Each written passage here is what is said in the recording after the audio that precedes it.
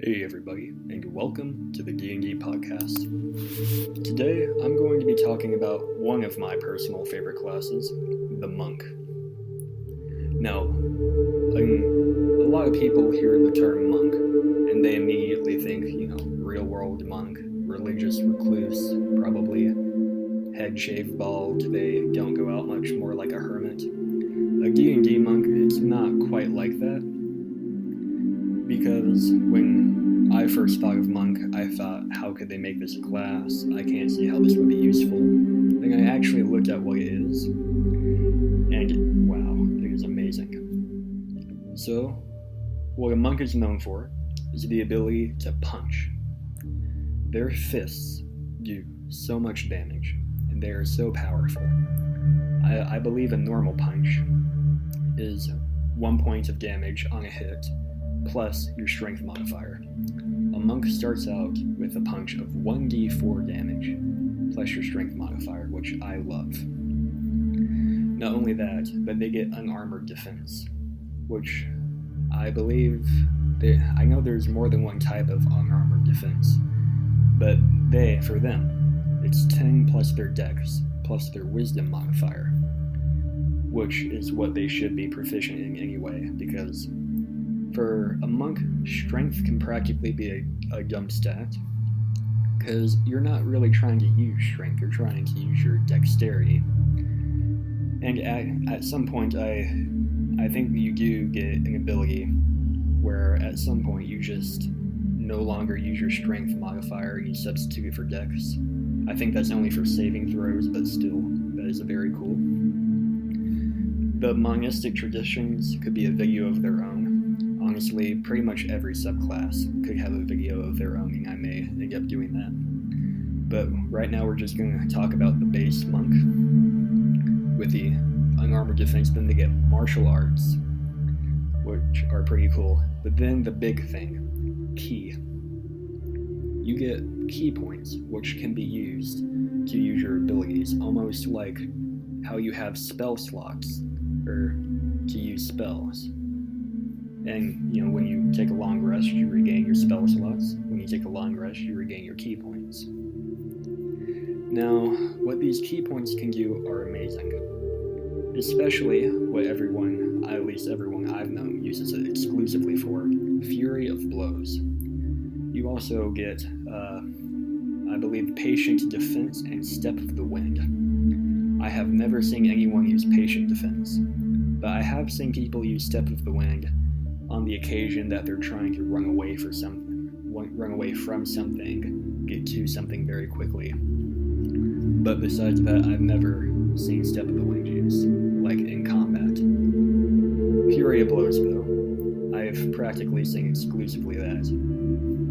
And that's what Fury of Blows does. Immediately after you attack, you can spend a ki point to make 2 unarmed strikes. So, in normal terms, 1 ki point, you punch twice, as a bonus action, which is really cool. And you can usually just... I like to have my players I know probably no one does this, and it's just me, but I let my players use Fury of Blows as much as they can.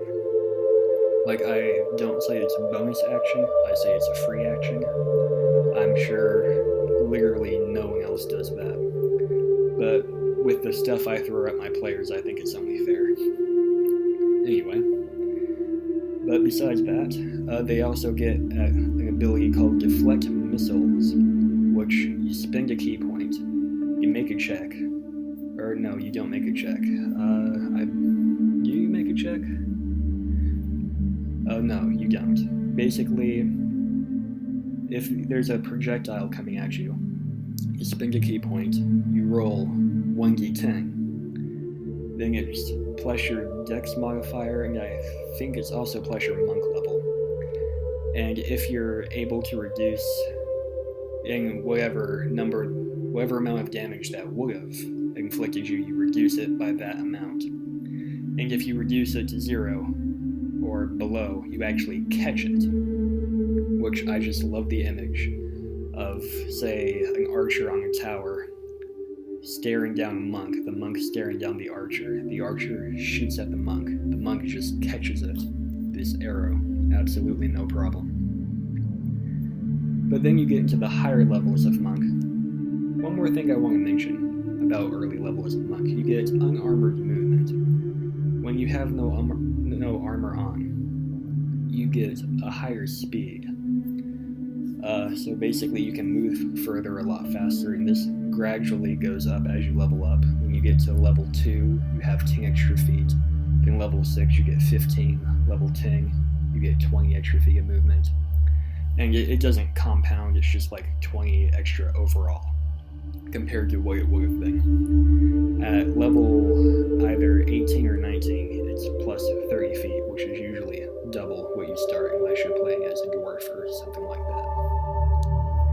As you get into higher levels of monk, you get Purity of Body, Diamond Soul, and Timeless Body. You also get Empty Body and Perfect Self. What these abilities end up doing are... they're very interesting. Because, for example, Diamond Soul, all of a sudden, your Mastery of Ki grants you proficiency in all saving throws. And, I forgot about Tongue of the Sun and Moon, where you can just understand all spoken languages. And any creature that you speak to knows what you say. And those two abilities alone make a lot of stuff irrelevant when it comes to race and background and stuff like that. Also Purity of Body. You are now just immune to disease and poison. And then Timeless Body. You just don't age, and you don't need food and water anymore to live. It is extremely overpowered at higher levels. Just from like the standpoint of you're just not gonna die, which I love. Not only that, but when you get to those higher levels, your punches are doing 1d10 damage each when you get to level 17, and you are extremely powerful by this point, especially if you have any magical enhancements and improvements.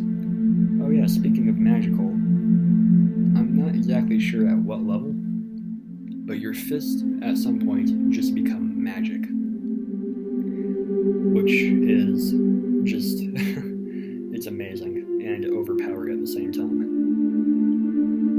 I absolutely love this class. I love playing as it, I love playing with, like alongside of, I love DMing monks. They are very fun to play with, they're very fun to play against. Even like when you're disagreeing with the party or even something like that. And they're especially fun to DM. One more thing I should probably mention is their ability to slow fall. Yeah, they basically get to cast slow fall with a key point. Or do they even need a key point? I don't remember. But basically, you can't just throw them off a cliff and they'll die. I mean, I guess if you just threw them off the world, they would, but anyway. It's just really cool how much they can do, and how overpowered they can be, especially in the right setting. They can just steal the whole show. For example, if you've seen my video about the monk that one-shot Cthulhu, they're one of my favorite classes to play as, and I highly recommend this class.